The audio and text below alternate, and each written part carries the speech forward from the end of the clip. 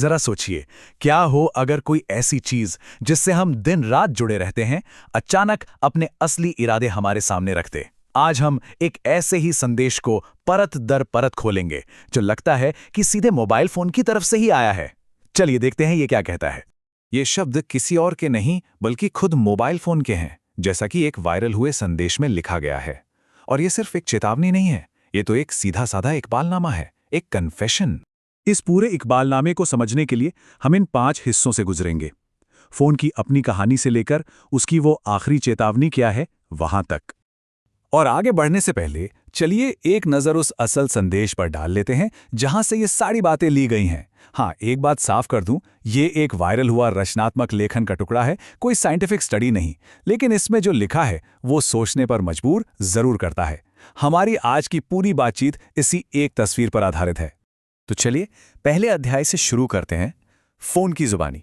यहां फोन खुद को इंट्रोड्यूस करता है और अपना पहला वादा या कहूं कि पहली धमकी सामने रखता है।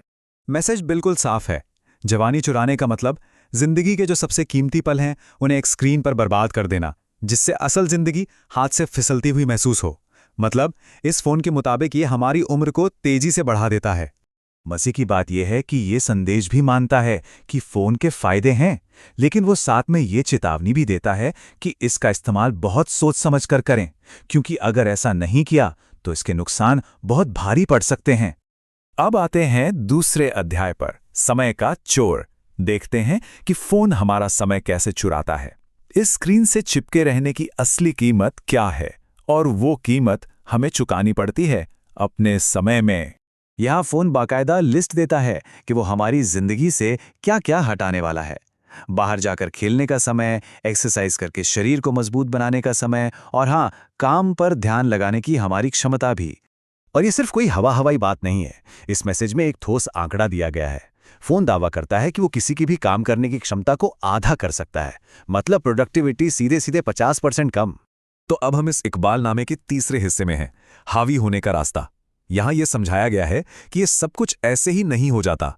नहीं, ये कंट्रोल हासिल करने की एक सोची समझी प्रक्रिया है। देखिए, यहां पर फोन अपने और काम के बीच का रिश्ता एकदम साफ कर देता है। जितना ज्यादा समय स्क्रीन पर बीतेगा, उतना ही कम समय असल दुनिया के कामों में लगेगा। बिल्कुल सीधी सी बात है। समय और काम चुराने के बाद अगला नंबर आता है रिश्तों का।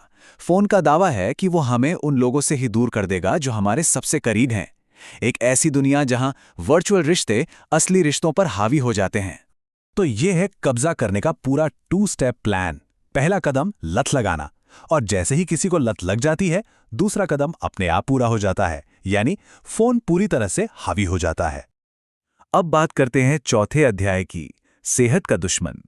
यहां फोन उन शारीरिक नुकसानों की बात करता है जो वो सीधे तौर पर पहुंचाने का दावा कर रहा है। पहला हमला होता है सीधा आंखों पर। इस संदेश के अनुसार लगातार स्क्रीन पर देखने का नतीजा एक ही होगा, खराब आंखें। आंखों के बाद अगला निशाना है हमारी नींद। फोन साफ कहता है कि वो सुकून की नींद चुरा लेगा, जिससे दिन और रात का पूरा साइकिल ही बिगड़ सकता है। और सोचिए, जब आंखें कमजोर हों, नींद पूरी ना हो और कसरत भी छूट जाए तो नतीजा क्या होगा? एक ही चीज, खराब सेहत। और यही है फोन के शारीरिक हमलों का अंतिम परिणाम। और अब हम इस इकबालनामे के बिल्कुल आखिरी अध्याय पर हैं, आखिरी चेतावनी। यहां फोन अपना असली और अंतिम लक्ष्य बताता है। उसका मकसद सिर्फ समय या सेहत चुराना नहीं, बल्कि कुछ और ही है।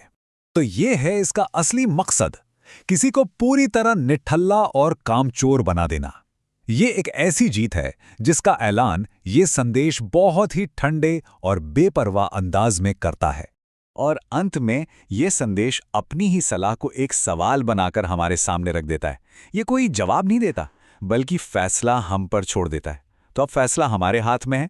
क्या हम इस चेतावनी पर ध्यान देंगे